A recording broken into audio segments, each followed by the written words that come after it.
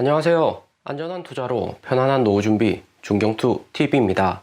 네, 11월 1일 화요일입니다. 비트코인 2300달러, 이더리움 1500달러 마이너스 1.5%, 우리 도지코인 플러스에 리플 솔라나는 마이너스고요. 미국 금리 인상 11월 3일 새벽 3시에 있고 75bp 인상 가능성이 80% 이상 높기 때문에 비트코인, 이더리움 살짝 눌리고 있습니다. 75bp 금리 인상 할 거라는 것은 모두 아는 사실인데도 알트코인 상승하고 비트코인 도면스 낮아지는 것은 개미 꼬시기로 알트코인 상승시킨 다음 코인 가격 크게 하락할 가능성도 존재한다 볼 수 있고요. 비트코인 진짜 상승이 나오려면 비트코인 도면서 40% 이상 상승을 해야 되고 알트코인이 아니라 비트코인 위주로 가격이 크게 상승을 해야 됩니다. 알트코인 포함 이더리움조차도 비트코인 연동돼서 이렇게 움직인 것은 비트코인 대세 상승 당장에 나온다 보기는 어렵고요. 작년 7월 비트코인 3만 달러 횡보하다가 본격 대세 상승 나올 때 비트코인 위주로 4만 달러 이상 상승을 했고 그 다음 알트코인들 따라서 상승을 했습니다. 비트코인